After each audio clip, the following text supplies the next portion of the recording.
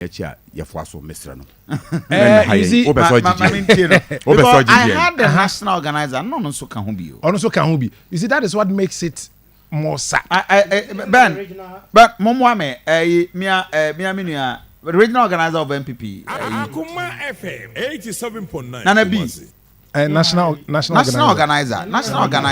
Nana B. That is what makes it more sad. Party no, Mr. President Kufo party President Kufo MPP any. Minia Kofi and MPP for Nana B no. President Kufo MPP. Sebio meaning is okay. You see, so the correction is the Oba market, but I think that mentioned. On to me krama national executive. Na kenyi na best sorry say yenyu odi. And the next minute your best sorry say national executive ni yenyu odi. Na you see ye share Owura Stephen in team. Na na ye share Justin Kodua. Yeah. Constitution constitution to me. I say we are national chairman, we are national secretary. That's our constitution. I say we are party background. We need to me say until say you be officially say obi campaign ma obi no. We need to me. You see one campaign will be up him so and nice. Efie umwadi anani sa. You see the law was it 2021 December and you be a conference wo Kumasi Baba Yara. Yeah. That was the same time Eduana ba omo share t-shirt esmo bi a share t-shirt omo me billboards kwa so mubu ebiasi da so otumfo ebodwa na otumfo asante atnase asana bia mampo na ebo kwan ne ba ebiasi da entimi nsi usuro sebesi but nanado tnase national chairman tnase asana Dr Bawumia ba oba so sa nkofo share t-shirt ni t-shirt ade ya se poster kra yen wai no lawlessness. Just as papa na your friend Bawumia de onye na adwen say obebu MPP no obu MPP mra.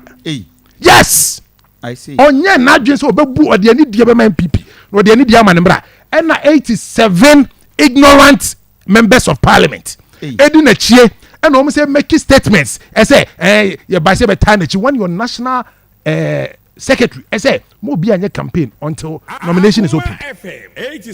Until how do you call it? The right to campaign is given. And 87 ignorant MPs.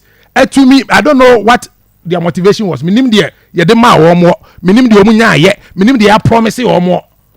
You see, pathetically, the present MPP delegates all over the country, 8 years as same way. 87 MPs, the move back where delegates. Delegates equal to presidential primaries. None of them is a delegate. We're sure. Yes. No, but because until somebody win the primaries, no. None of you is a delegate. Okay. None of the 87 MPs and their delegates. Until somebody win the parliamentary primaries, a candidate. Una beto ban. Except say, omu to me say power no yomodia. Me boy. And except say omu ka say beto presidential as an beto parliamentary. Sino omu dem jre. And say to parliamentary now lose wa. How can you become a delegate? Okay. That's why I'm saying they are ignorant.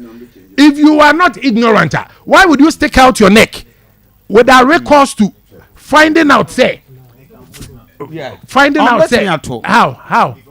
have the right to almost say you know to presidential before the parliament strategy you see well there hasn't been any official communication to that effect. Okay. Officially no obia mekan general secretary of the party or den sembano on farm my say beto presidential Ghana for nyina so gitum say ebinsi da say ato presidential ewie ansaneba beto parliamentary but say omo percent omo kire say 2 million ye omo dia enti omo percent omo ye ne sa you see lucky enough delegates over 200,000 and ekoto aba MPs ministers MMDCs president need to holding the nation to ransom. Kofi say the national development is equal to the aggregate of district development. Yeah. When you aggregate district development and adding national development, but the president was able to hold the nation to ransom for 10 months. We hear from grapevine. I say, MMDC is not to favor a particular candidate. All these MMDCs put together, all 138 MPs, all a council of elders, council of patrons, what. Enru Kofi 2,000 kromundru.